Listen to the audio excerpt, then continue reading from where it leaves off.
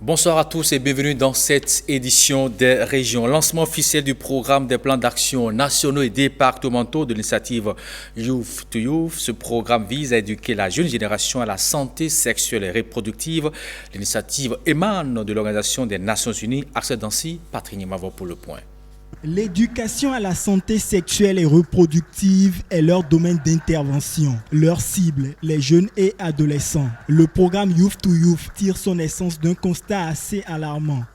La mortalité maternelle est de 391 décès pour 100 000 naissances vivantes selon l'enquête démographique de santé 2017-2018.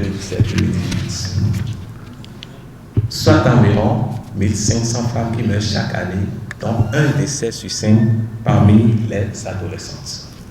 À l'instar des autres pays, plus de la moitié des nouvelles infections au VIH se situent chez les enfants âgés de 15 à 24 ans.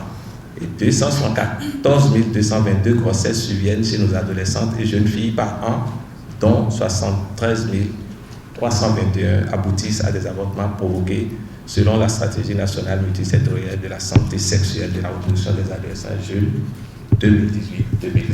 Un plan d'action a été tracé pour baisser la courbe et les organismes, aussi bien nationaux qu'internationaux, entendent jouer chacun en ce qui les concerne leur partition.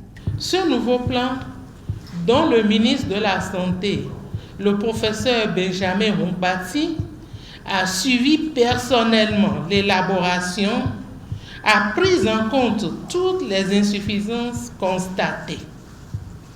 De plus, il est en parfaite cohérence avec la couverture sanitaire universelle, laquelle, nous le savons tous, reste une des innovations chères au président de la République, M.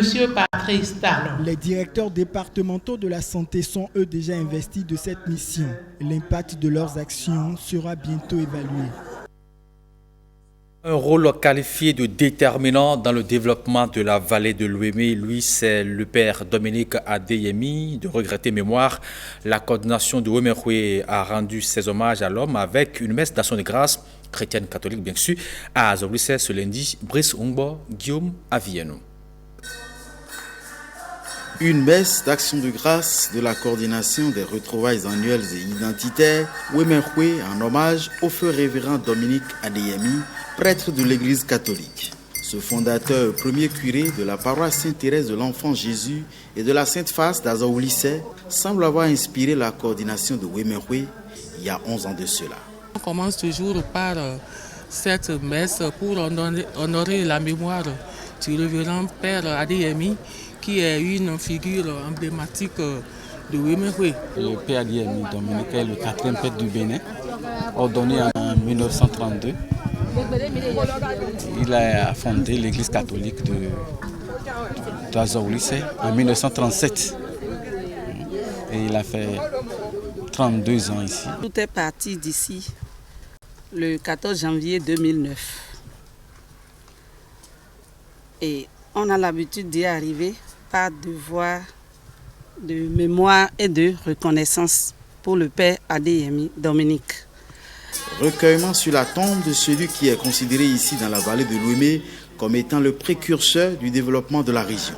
Les filles et fils de la vallée de l'Ouémé reconnaissant, y viennent déposer bougies et gerbes de fleurs. Et c'est le 10 janvier 2009 que tout est parti. Il a donné l'idée aux filles et fils de la vallée qui étaient là pour cette messe de se mettre ensemble autrement. Ne venez plus me célébrer tout seul. Mettez-vous ensemble et pensez au développement de la vallée. Il nous a soufflé ça dans nos oreilles ce jour-là. Et il y a eu le déclic et tout est parti. Pour le grand nombre, le père Adeyemi reste un modèle et les hommages qui lui sont rendus lancent les manifestations de Ouémé 2020 dont le top officiel va être donné le 22 janvier prochain à Bono. Lui, il est décédé le 21 décembre 2009. Justin Hundio, ancien opérateur de prise de vue à l'ORTB, a été conduit dans sa dernière demeure. Nombre de ses collègues et amis étaient aux côtés de la famille et pleuraient à cette danse à Miti Sagbedi pour le compte rendu de la cérémonie d'inhumation. Justin Hundio reçoit les derniers hommages de ses amis et proches. Notre Père, qui es aux cieux, que ton nom soit sanctifié, que ton règne vienne. Nous sommes ici à l'église catholique Saint-Jean de Cotonou, où la dépouille de celui qui était surnommé Tenjo est accueillie pour les dernières libations religieuses. Je vous salue Marie, pleine de grâce, le Seigneur est avec vous. Vous êtes bénie entre toutes les femmes, et Jésus, le fruit de vos entrailles, est béni. Sur les visages, la tristesse se lit. Le cœur effondré de sa famille professionnelle et maternelle transparaît dans les attitudes. Un père pour certains, un frère, un ami, un collègue pour d'autres. Il aura marqué bien de gens. Justin, c'est la joie de vivre. Justin, c'est le courage, l'endurance. Le monsieur que j'ai connu, il a été mon alter ego. Aujourd'hui, il ne l'est plus, il s'en est allé. Mais s'il avait une volonté, il resterait encore en vie. Justin Rundio, nous avons démarré la télévision ensemble en 1978. Et tel que j'ai l'habitude de dire, Justin n'a pas grandi. Il est mort tel que nous l'avons connu en 1978. C'est-à-dire qu'il est resté un jeune qui mettait de l'ambiance. Jusqu'à sa mort, Justin a toujours gardé la même position, le même comportement.